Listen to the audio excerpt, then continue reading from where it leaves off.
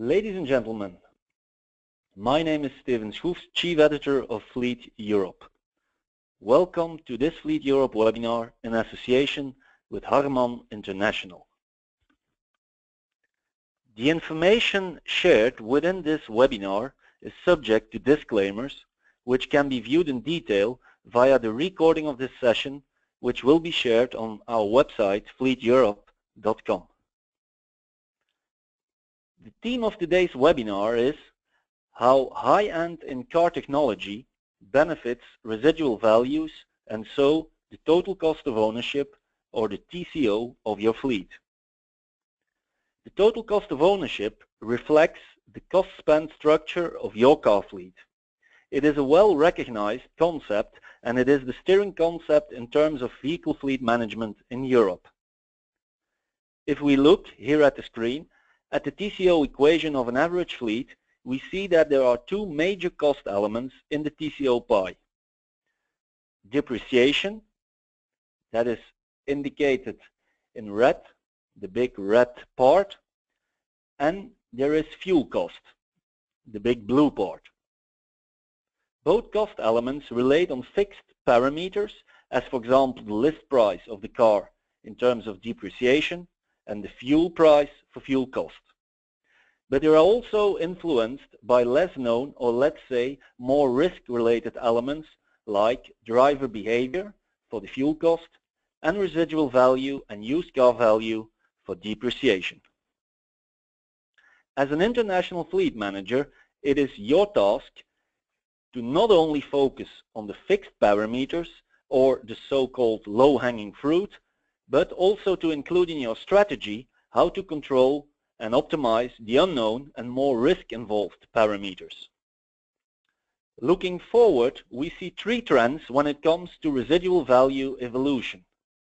First, we can expect a shift in customer appetite for sustainable, environmental friendly powertrains and so better values for alternative powertrain cars. Secondly, in a world and economy that is becoming more globalized, more countries get more mature, and so bad cars with low residual value get less attracted in more markets, also in the developing ones. And thirdly, connectivity and technology are becoming vital aspects of today and tomorrow's vehicle users' expectations. Cars are turning into mobile offices during working hours and back again to comfortable living zones in one's free time. Keeping today point 2 and 3 in mind, we can state that vehicles with the latest generation connectivity and high-end in-car technology equipment will become the most wanted and so will generate the best possible residual values and for you an optimized total cost of ownership. The webinar today will take 45 minutes max and is divided into three main parts. First, Christoph Engelskirchen of Automotive Intelligence and Consulting will give insight in a recent study he and his team conducted with regard to in-car technology and residual values.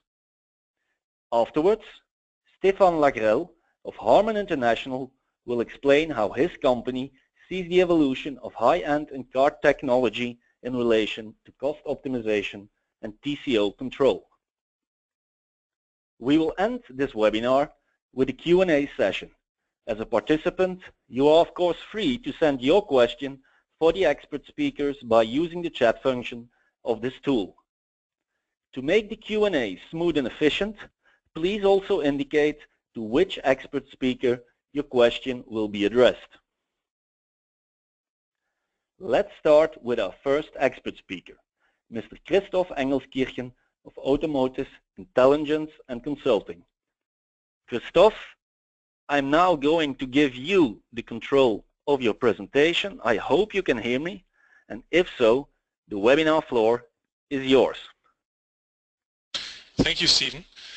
Hello to you all. My name is Christoph Engelskirchen, and I will be leading, as Stephen said, through a study which we did on the value of navigation systems on the used car market, in particular high-end navigation systems. This is a study which we produced for Germany and the UK. For those of you who don't know us, Eurotex Glasses is a company that provides pan-European pricing insights from a vehicle's cradle to grave, as we put it.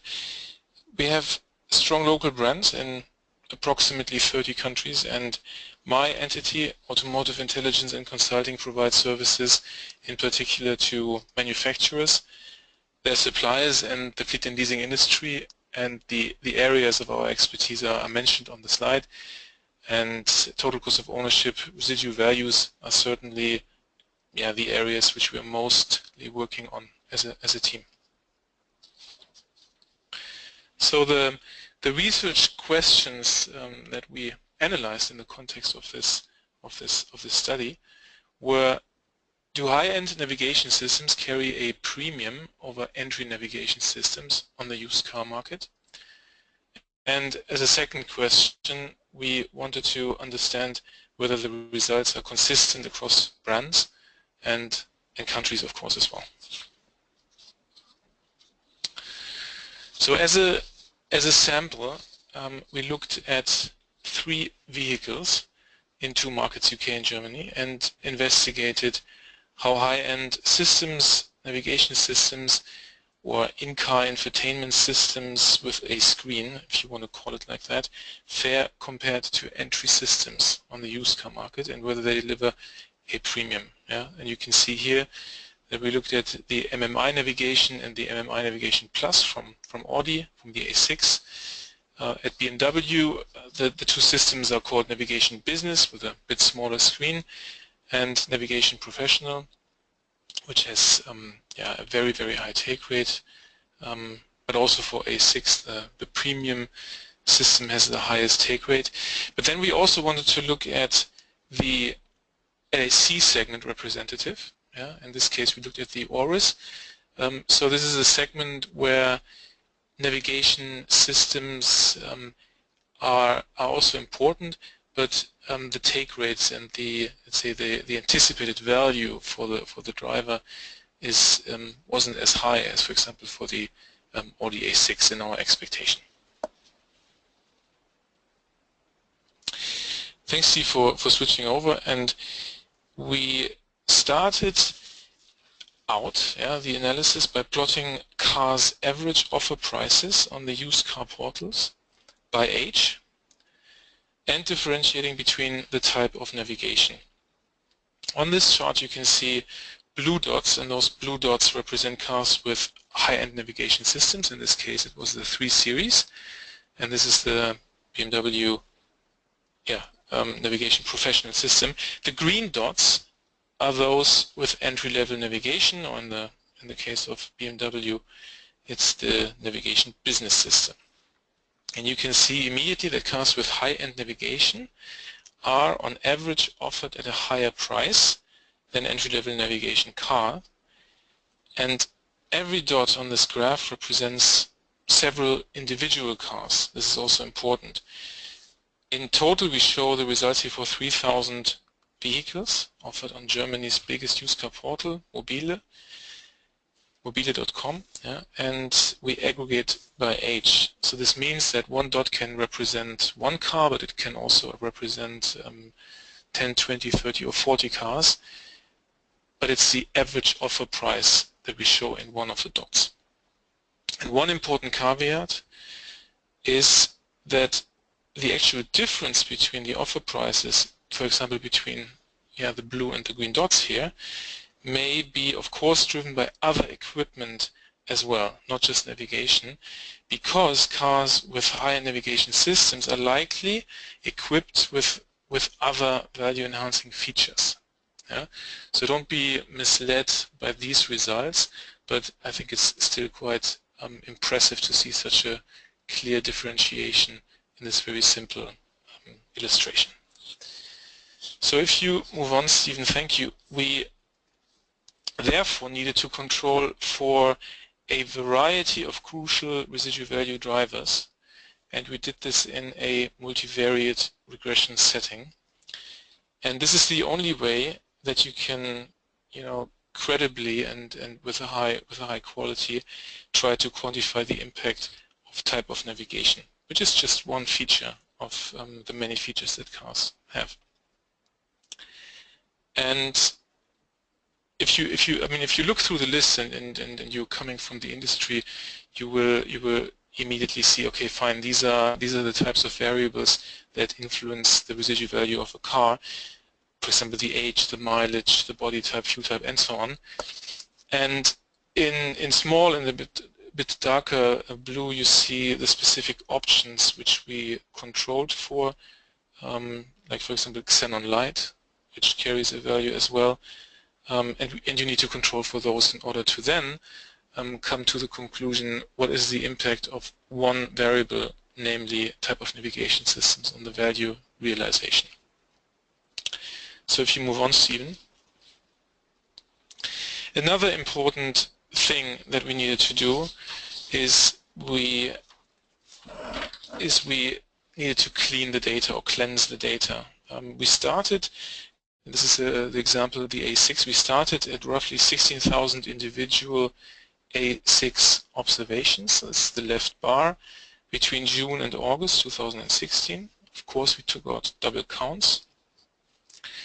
And then you see how we ended up with our final sample size of around 4,400 on the very right side of the chart. So for example, we took out the old A6 model. We also took out cars that are below 8 months of age because we didn't want to have effects of short-term business, of demos and maybe rental cars in our sample. We took out a couple of radio systems which didn't want to include in the analysis, and then this way ended up with our sample size of 4,400 individual A6. This is an example in Germany that are offered on mobile.com as individual offers to customers. And Stephen, if you move on, for those cars we then analyze the effect that navigation system has on the value that they are offered at. Now this is the results page. And this is a page that I want to spend a bit more time on to explain the results. So first of all, what we show here are retail offer prices. Yeah, so these are not transaction prices, but these are the prices that the cars are offered at on a retail portal. We have set all the variables, if you've seen on the previous slides, approximately 18 different variables. We have set all of them consistent for these three clusters of cars. So, without navigation, dark blue, MMI navigation, the lighter blue colored bar, and then MMI navigation plus in green. So the only differentiation between these three types of cars in our system then is what kind of navigation system is built in. If you look at the table on the right, this is also an important detail, you can see, and this is not surprising, that 80% of cars offered on the portal in our sample have MMI Navigation Plus. Yeah? So this shows that the adoption rate of this premium system is already very high, and this is not surprising. So now if you look at the yellow circle, which shows you the result that I wanted to talk about, at a 36-month and 90,000 kilometer point, MMI Plus is associated with a 666 euro uplift versus MMI navigation. Yeah, so this represents approximately a 2.3% higher residual value of this car. Now, it could be that MMI navigation is lower than Navigation Plus, but this is just semantics, but the difference is what is important. Now, if you turn again to the right side of the chart, to the table, you see that the list price difference between the two systems is 1,000 euros. Yeah, so MMI navigation costs 2,380 euro in Germany, and the Navigation Plus is 1,000 euro more expensive. and over 70% of that price difference is carried over onto the used car market. And I mean, it's roughly 70%, not over 70%. Now this is very high. If you go back, Stephen, just for 1 second, please. Another important quality indicator of our research is the R-squared, which you see on the top left of the chart. It's a measure of the robustness of our statistical model, and 0.91 means that we can explain with our mathematical model 91% of the values we observe on the portal. And this is very high and shows that the results are very robust. Now you can move on, Stephen, please. And I mean, the next big question that we turn to that was very important for us is to look at differences by car and country. And what made us very comfortable actually is that when we ran these analyses and applied the same approach across cars and countries, we found that results are very consistent. This is again quite reassuring, because once you start seeing patterns emerging that are consistent, you get more comfortable with the results. So this was an important test also for the quality of our analyses. Now for the A6 and 3 series, those are on the left side you see the A6, in the middle you see the 3 series, and top line is Germany and the line below is UK. You can see that there is a 2 to 3% uplift in the prices offered, just again for cars differentiated only by the type of navigation system that is in. The rest of the variables we set at the same level. And also if you compare different segments of cars, for example, then if you move to the right you see the ORIS, the results appear very solid. So C segment cars, in this case the ORIS, has a lower uplift than D and E segment in absolute terms. One important aspect here, we looked at no navigation versus Toyota Touch 2 or navigation Touch and Go. So this is, it's not exactly the same analysis we did for the other models, but it's no navigation versus the premium one. And if you move on, then Stephen, please, to the last slide, where I just want to quickly summarize the findings again. So first of all, navigation systems do contribute substantially to absolute RV formation. This is, this is very reassuring, because with all the investments and all the discussions around connectivity and autonomously driving cars, it's quite reassuring that systems which have large screens, which help the customer interact with the car, are actually also considered valuable, and this washes through on prices on the used car market. So this is reassuring for those active in the field. The second bullet emphasizes again that high-end navigation with larger screens, more functionality, carries a higher RV uplift than entry-level navigation systems. Also, again, just to confirm, for A6 and 3 series, the adoption rate for these high-end systems is already very, very high. So in those segments, it is an emerging standard. And again, with investments in connectivity and autonomously driving cars, this is going to happen. These systems are going to become bigger and more standard.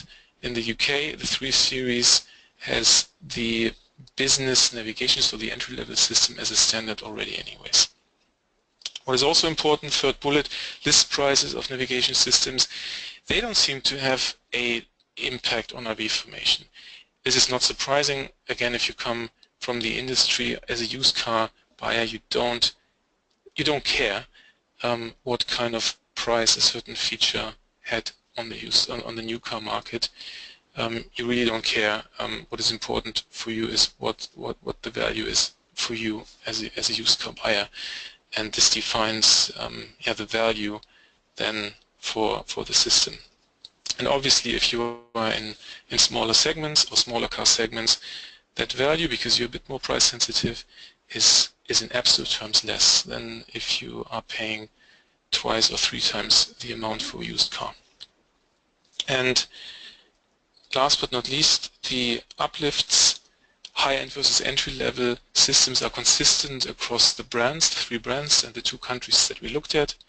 Horus 3 to 4% uplift, high-end navigation versus no navigation, and for the A6 and 3 series we saw 2 to 3% uplift in absolute offer prices driven by high-end navigation versus entry-level navigation. And with this I would end my presentation and then hand over back to you, Stephen. Okay, thank you, Christophe. Thank you for your very valuable information. We are now moving to our second expert speaker, Mr. Stefan Lagrelle of Harman International, who will shine a light on how he and his company see the future of high-end in-car technology with the aim to support your total cost of ownership. So for all the participants, if you have a question for one of the experts, you can use the chat function of this webinar tool, and at the end of the webinar we will have a little Q&A session together with those experts. Stefan, I hope you already had a nice day. I'm now trying to give you the audio control, so if you can hear me normally, you should be able to address your pitch to the audience. Thank you, Stephen, and hello to everyone, and thank you for participating to this webinar. So first of all, I'd like to give you a very quick introduction to Harman. We are somewhat acting behind the scene as a supplier, so probably not everyone in the audience knows us. So Harman, as you can see through the 4 divisions that you have on the slide, is one of the biggest supplier to the automotive industry. We today have about 25 million cars equipped with our products. And those products are primarily infotainment or navigation systems embedded into the dashboard. And for example, the BMW Navigation Professional or the Toyota Touch 2 with Go are supplied by Harman. We also deliver premium audio solutions under several brands like JBL, Harman Kardon, or Bang & Olufsen. And next, please, Stephen. And to finish that introduction, here is a slide with the logos of all the automakers we currently work with and supply infotainment systems to. Many of those brands that you can see are very known and popular in the fleet market, and all of them can receive one of our solutions in either all of the range of one or several cars.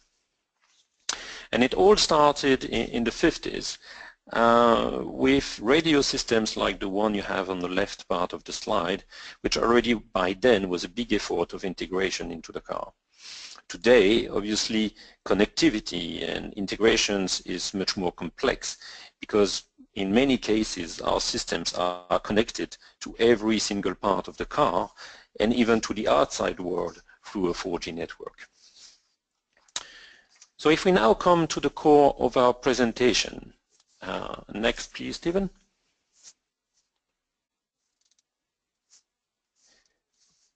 So if we now come to the core of our presentation, how the in-vehicle technologies impact the fleet market. We think there are several areas, but we will concentrate on 3 of them today. The first one is the TCO, the total cost of ownership that Stephen, you talked about at the beginning of the webinar. Then there is the driver safety and the driver satisfaction, which we think we shouldn't underestimate. So I propose we first have a look at some technologies that are either already available in some vehicles or that soon will be. So if we firstly look at the TCO, how is it impacted by modern in-vehicle technology? Well, first we believe that connected infotainment systems help productivity. There are many examples I could give you, but the first that comes to mind is the traffic information. Yesterday the traffic information was not really great or helpful, but today real-time traffic information really saves you tremendous amounts of time in traffic jams, and we all know that time is money. Modern infotainment systems already offer a wide range of tools to minimize the vehicle's energy consumption. For instance, the latest systems that we have today have a precise information about topography and can therefore optimize for instance, the automatic gearbox accordingly. And it's also very helpful for electric vehicles, as the topography can have a big impact on the range. And lastly, as Christophe has demonstrated very well in his presentation just before me, the demand from consumers for high-end infotainment systems clearly drive the residual value up. The driver's safety is, we know, a major concern for the companies that own vehicle fleets. Many technologies have been developed since the ABS in the 80s to improve driver safety, but infotainment also goes into that direction. A growing cause for road accidents in the car is distraction and the fact that the driver simply does not look on the street. Many people today look at their phone. In France, a recent study showed that 40% of people between 25 to 35 years old send SMS or emails while driving. 40%, that's huge. And that's of course a big concern. So the advantage of integrated infotainment systems as opposed to mobile phones is that they are designed for avoiding this, because they have a selection of displays which are particularly well thought in their placement, and they have control elements, and overall the design of the human-machine interface, what we call the HMI, has been developed for years by technicians. In the middle you have a picture of what we call the head-up display. So here the relevant information that the driver needs is transferred directly in his field of vision, so that you don't have to look anywhere else at the street. And finally, the usage of natural voice commands make the controlling even more simple and intuitive for the driver, who does no longer have to touch buttons or whatsoever. And right now, just a last word on this topic, we are developing technologies that can analyze real-time your eyes and your pupil to evaluate precisely how tired you are and whether you really look at the streets. And for instance, we could imagine that if you are very tired, you could be rerouted to a rest area if needed. And finally, we believe a happy driver is a better driver. Or said otherwise, satisfied employees are productive employees. So the car, as well as its equipment, influence the satisfaction enormously. So we have dramatically improved the systems in that direction too. This includes modern entertainment functions like audio streaming or high-quality sound systems. To improve satisfaction and reduce fatigue, we also work today on noise-cancelling technologies for cars. You know, it's like the principle of the headphones you have in planes. And the idea is really to make the cars quieter. And lastly, we believe that a very high-end, well-integrated, and somehow a bit futuristic system improves the overall experience in a car and makes it more desirable and makes people proud of driving it. We think that there is an emotional aspect we shouldn't underestimate, and especially in the car where we know that it's often very much about emotions. So now the question is, how will this evolve in the future? In a recent study, Canalys forecasts that around half of the new cars sold in 2025 will either be almost or fully autonomous. We believe this will have a big impact on those same three areas we have on the screen. So let's work together through technologies that will be available in, let's say, 5 to 10 years. But first, we believe that the autonomous car will dramatically impact the quality of driving, and I'm sorry, I think some people in the audience might not really like what I'm going to say, but a machine will likely be a much better driver than most of us. And so we think that this will have a big impact on energy consumption, regardless of the type of engine, by the way, because you can imagine that in 10 years it will be mainly electric vehicles, but still electricity is not free. And we think that a machine could save up to 30 to 40% electricity or fuel or whatever. We think that it will also dramatically reduce the maintenance costs, like changing the brakes, elements, or the tires. And if the car drives by itself, being in your car means you're already in the office. So from the minute that you get into your car, potentially, as you see in the picture, you could be working. And then the other thing is that for us, there is no question that in this future, that a car without the right technologies would be very difficult to remarket. So we think that you should start already to think, okay, how much the technology will be demanded in the near future so that you have to choose right now the right technologies. The second part is safety, and safety in the future, what can we say? Well, the car of the future does not only keep an eye on its entire surrounding, but it also controls all the communication. The human intuition and experience is still here, but it's expanded by self-learning algorithms. And this becomes possible through the continuous availability of real-time cloud information in the vehicle. Highly assisted and autonomous vehicle can have a significant risk of accident. We think maybe we up to 80 or 90% less than today. So it's big. And then just a word about the acronyms you see on the right part of the slide. So V2V and V2X, those are technologies that help a vehicle to communicate between them, V2V, or with the infrastructure, V2X. So an example, very good example of that is traffic light information that Audi has announced last week. So the car gets information about traffic lights to help the fuel consumption and reduce accidents. And we think about many scenarios, like for instance an ambulance could automatically warn or create a zone where cars couldn't drive until the ambulance reached the hospital, for instance. And finally, talking about driver satisfaction in the future, we think that the car will more and more adapt itself to the driver. We already see some personalization in the cockpit, but it will soon go much further.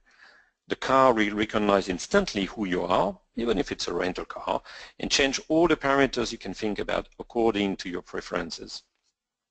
The experience in the interior of the vehicle will become more and more important in the future and influence the entire traveling experience. So we think that the individual mobilities is an exciting future ahead, and for us there is no question that the in-vehicle technology will shape it sustainably. So to end my presentation, just a last slide, and I hope that we could give you a snapshot on how the different in-vehicle technologies are already today impacting the TCO of the cars, but that will only grow in the future. At Harman, we work very hard with most of the OEMs in this direction through a lot of various technologies as the one you can see on the slide. So if you want to have more information, don't hesitate to contact us. Thank you. Thank you. Thank you, Stefan. Thank you for your presentation. We are now going to our final part of this Fleet Europe webinar in how high-end in-car technology impacts total cost of ownership and the fleet management perspective. As you can see on your screen, you can ask your questions to our experts by using the chat function, and we already received some questions, so we will kick off immediately. And I have a first question for Christoph. Christoph Engelskirchen. Mr. Engelskirchen, the study that you presented was based on, for the moment, 2 countries, the UK and Germany. The question that was asked has 2 parts. First, are you going to, let's say, extend the study into other parts of Europe, other markets? And secondly, do you have already, let's say, an idea if other markets have the same kind of results or experience in terms of the correlation between high-end in-car technology and residual values? Yeah, I mean, first of all, let me answer the second question. My clear hypothesis is that we will see a consistent pattern across markets. Yeah, so I think that's the answer to question number 2. For question number 1, I mean, we do get asked regularly about these types of questions, right? So what are certain features worth on the used car market? You know, what impact does volume, channel mix, short cycle activities, discounting, and so on have on the used car market? So it's something we do regularly. For this particular research topic at the moment, we don't have plans to extend it to other markets. Again, because we think that results are already quite consistent and give a very clear indication, but that doesn't mean that it can't happen going forward. Okay.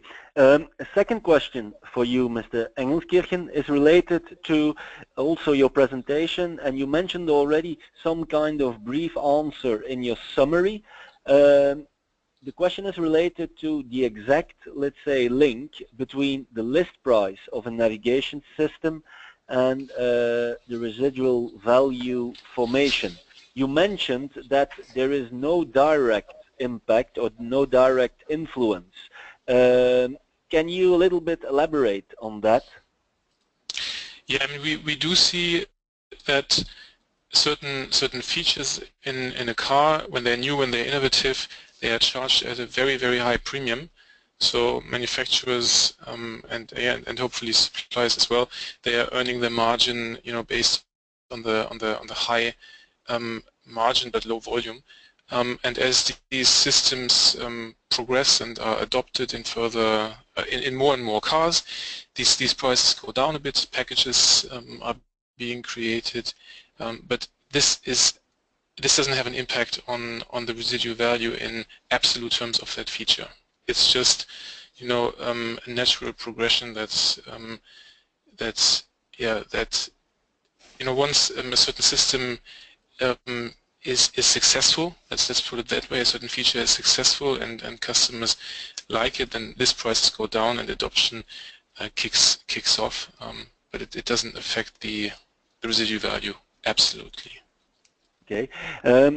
Mr. Lagrelle, a question for you related to how you see, let's say, the future. You were mentioning that one of, let's say, the features and the items that we can expect in terms of high-end car technology in the future is the real-time eye tiredness control. Can you a little bit elaborate on that? When are you planning to introduce that? Because apparently it is seen as added value in terms of driver safety.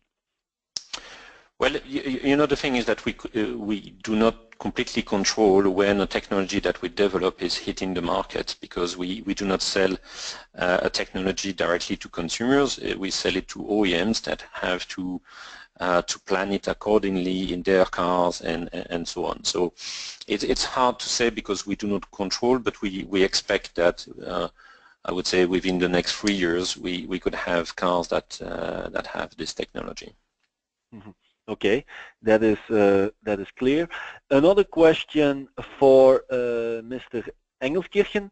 Mr. Engelskirchen, does your study and eventually also your knowledge that you already have about the correlation between navigation systems and in-car technology and residual value, does that only include built-in car navigation, or does it also count, let's say, for other navigation tools and features like, for example, the features on a smartphone and so on?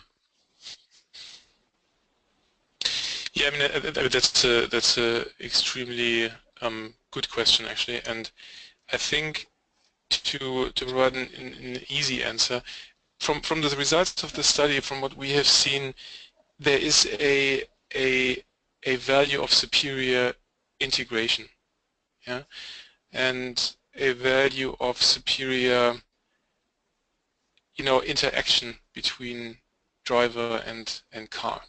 So whatever system, however the system looks like, it's important that it's well integrated and that users are are considering it particularly helpful in their interaction with the car.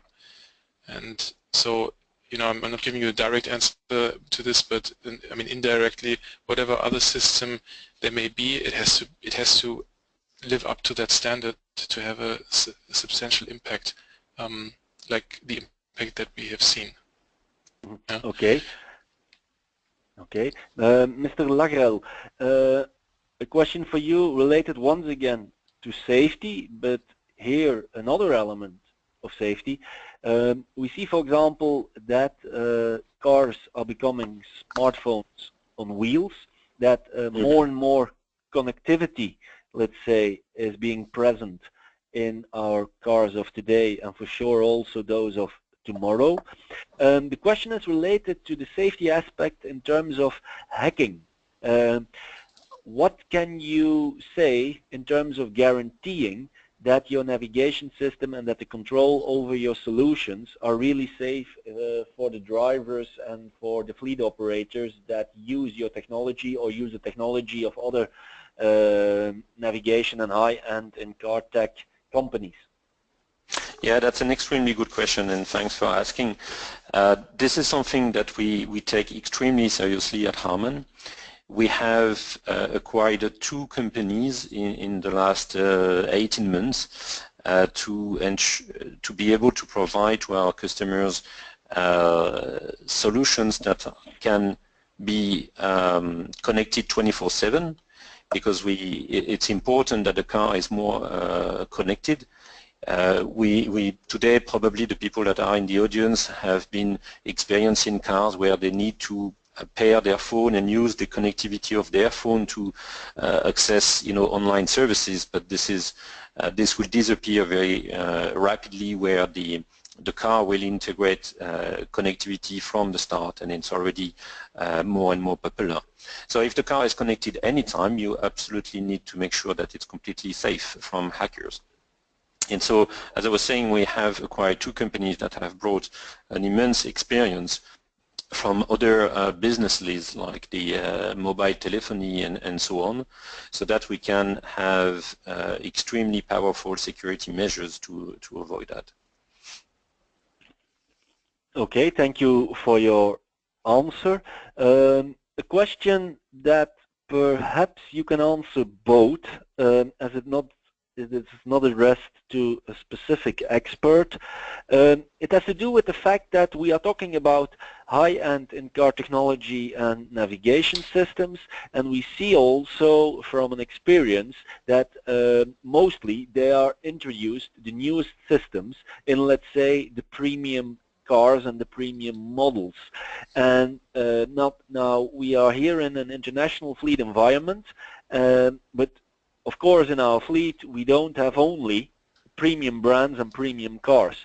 So perhaps first, Christoph Engelskirchen, can you a little bit elaborate on how you see, let's say, the integration of those kind of high-end in-car technology systems also in the mass market models and brands? Because sometimes we have the impression that we have to wait quite a long time before that those kind of interesting features also come down to those kind of models and brands. Yes, I mean, certainly. I mean, again, it's about, yeah, I mean, this is how new technology is adopted, not just in the automotive industry, but in other areas as well. You start at a high price, attract innovators, early adopters that are willing to pay that price in the automotive industries, or industry that is typically the premium cars, larger cars, more expensive cars, where high-priced individual features in relative terms don't burden the buyer that much, apparently. Now, once they are successful, adopted, prices come down, economies of scale, come, and then they trickle down into smaller car segments. Now, for in-car technology, infotainment, I think we will see a massive boost of these systems, driven by the way that people interact with yeah, with technology and with the need for more connectivity, and also as a requirement for autonomous driving cars. So I think that it's a wide field, and there's ample opportunity. So I think they will come down to smaller car segments much quicker, this technology, than other technologies. Okay. Mr. Lagrelle, you are, let's say, a supplier, a partner in terms of those kind of solutions. Do you agree? And can you also a little bit explain how you are going, let's say, to try to make the introduction and the integration of those kind of new features a little bit faster into those kind of mass market models and brands? Yeah, definitely. You know, I will just take one example. We call it virtual cockpit or virtual display. You know, it's when you have a screen just behind the steering wheel instead of having those analog, you know, needles that give you the speed and the RPMs. More and more, you have now a screen, and if you remember, it has been launched on the Audi R8 and the Audi TT, which were pretty very premium cars. And Peugeot has recently announced the same kind of technology, what they call the iCockpit, in more accessible cars. So you see that the technology has moved quite rapidly from rather premium cars to more accessible cars. I think that one of the driver that will make those technologies more accessible is definitely the fact that the whole fleet market take more into consideration those technologies as a residual value driver, like we are trying to explain today. Because of course, in a leasing, if those technology are their residual value is set quite high, then of course the monthly cost is pretty low, and therefore the technology can be more accessible. Because at the end of the day, it's not really how much you would pay, like Christoph explained very well. It's not really how much you paid or how much the option is on the list price, but it's rather how much you're going to pay every month for it. So we believe that because the technologies, and we have done some studies that show that the consumers are more and more demanding for those technologies, and it's even the first thing that they look when they search for a new car. We think that this will create more residual value for those technologies, and therefore less costly monthly rates. Okay. Mr. Engelskirchen, a question for you related already to an answer that you gave just before. The question is straightforward. Do you know of any studies, perhaps you did them, or you know some companies that did them, studies about the impact of the difference between radio and display audio solutions and navigation solutions in terms of residual value and impact on TCO? I mean, the impact on TCO. I mean, if we make it easy, then it's the impact on RV, and that washes through to TCO. For audio systems, which let's say become more and more important if you consider your car being a living room where you really don't have to drive anymore. You're just listening to fantastic music. So I would say that. I mean, maybe there will be an effect in some time, but certainly only for, let's say, really premium systems. Whether it's a good deal from a TCO perspective, I would doubt it. Yeah, it probably has an impact on the price. It can be realized, but these systems are also very expensive. For smaller, you know. Like normal upgrades in terms of audio, I would find it difficult, most likely, to show an effect, you know, to quantify an effect. It's probably difficult, in my opinion, from how I know, yeah, the data that we have, and from the results that I've seen for other analyses. So, and the other question, the other part of the question was, Steve? No, that was the question. So. Thank you for the answer. Good. Okay, thank you. The final question, because we are running out of time, is for Mr. Lagrelle. Mr. Lagrelle, your presentation was built up around 3 pillars each time. Let's say total cost of ownership, safety, and driver satisfaction. Of course, safety and driver satisfaction have a direct impact also on the total cost of ownership. Looking at safety and driver satisfaction, where is the most progress in terms of in-car technology still to make, and what can we expect? Let's say, what is the biggest new thing that you will present in terms of interesting total cost of ownership control feature that you will bring onto the market? So we every year at Harman we work on a big prototype which casts a vision of what we think the future of the car will be. We announced it at CES, so it's early January in Las Vegas, but it's also a prototype that we present at Geneva, so I invite everybody in the call to come to our booth at Geneva to discover it. And basically in this year model, the things we are working on is augmented reality. We think that this is something that will really drive the safety up. So I talked in my presentation about head-up display. So the head-up display is a projection on the windshield of the most important information. And today we are rather limited in terms of number of information and size of what we can actually show on the windscreen. But this is something that is evolving extremely fast. And very soon we're going to be able to project something almost to the entire windshield. And that's one. So we're going to be able to show much more information. But the other thing is that we have what we call the augmented reality. So today, if you have a head-up display, you have an arrow that shows you right or left or ahead of you.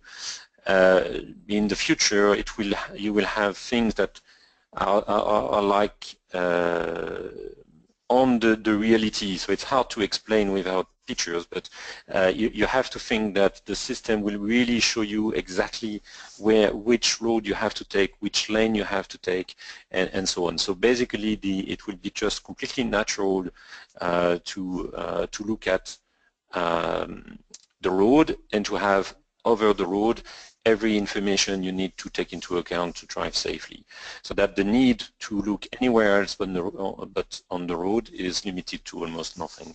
So I think that this is one of the key areas. There are many others, and again I invite you to come to our booth in Geneva to know more about that. Okay, thank you very much. We have come to the end of this Fleet Europe webinar. I would like to thank Mr. Engelskirchen from Automotive Intelligence and Consulting, and I of course also want to thank Mr. Lagrelle of Harman International for their expertise and their time.